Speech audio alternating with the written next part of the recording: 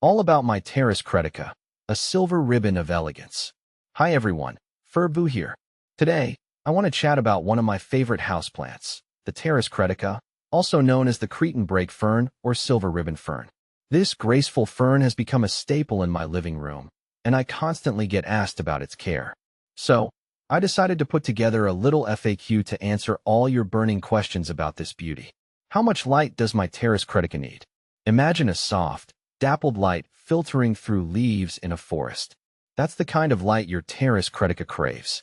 Direct sunlight is a big no-no, as it can scorch the delicate fronds.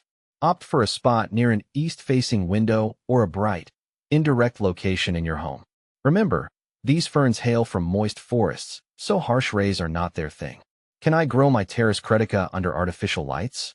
While natural light is always preferred, Pteris Cretica can tolerate some artificial illumination. If you don't have ideal window space, fluorescent lights positioned a foot or two above the plant can work. Just avoid harsh incandescent bulbs that can generate too much heat. How often should I water my Pteris Cretica? Think of your Pteris Cretica like a rainforest dweller. It thrives in consistently moist soil, but avoid creating a swamp. The key is finding the balance. Stick your finger into the top inch of soil.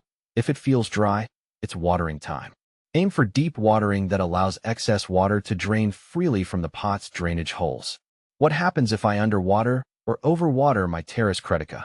Underwatering will cause the fronds to wilt and curl.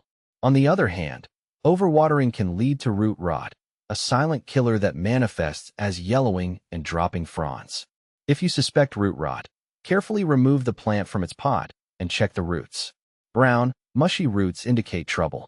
Repot in fresh, well-draining soil and adjust your watering habits.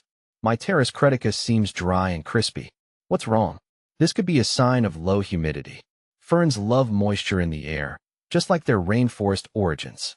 To combat dryness, consider grouping your Pteris Cretica with other humidity-loving plants, using a pebble tray filled with water, or investing in a humidifier.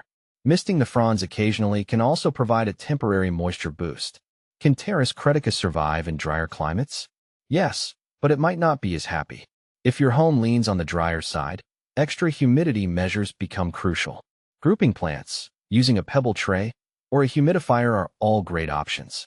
You might also need to adjust your watering frequency to compensate for the drier air. What kind of soil is best for my Pteris Cretica? A well-draining, airy potting mix is ideal.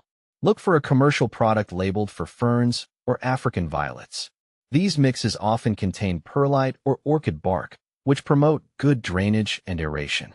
Avoid using garden soil, which can be too dense and retain too much moisture. Do I need to repot my Pteris Cretica?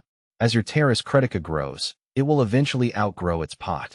Signs include roots circling the pot's drainage holes or the plant pushing itself up out of the pot. When this happens, repot into a container just one size larger using fresh potting mix. Spring is generally the best time for repotting. Can I propagate my Pteris Cretica? Absolutely. There are two main methods, division and spores. Division involves carefully separating established clumps of the fern and potting them individually. Spore propagation is a bit more challenging but rewarding for the patient plant parent. Research the specific steps for spore propagation online if you're feeling adventurous. My Pteris Cretica has brown fronds. What's causing this? Several things can cause brown fronds. The most common culprit is underwatering. Check your watering routine and increase frequency if needed. Brown tips could also indicate low humidity or exposure to direct sunlight. Address these potential issues and the new growth should be healthy.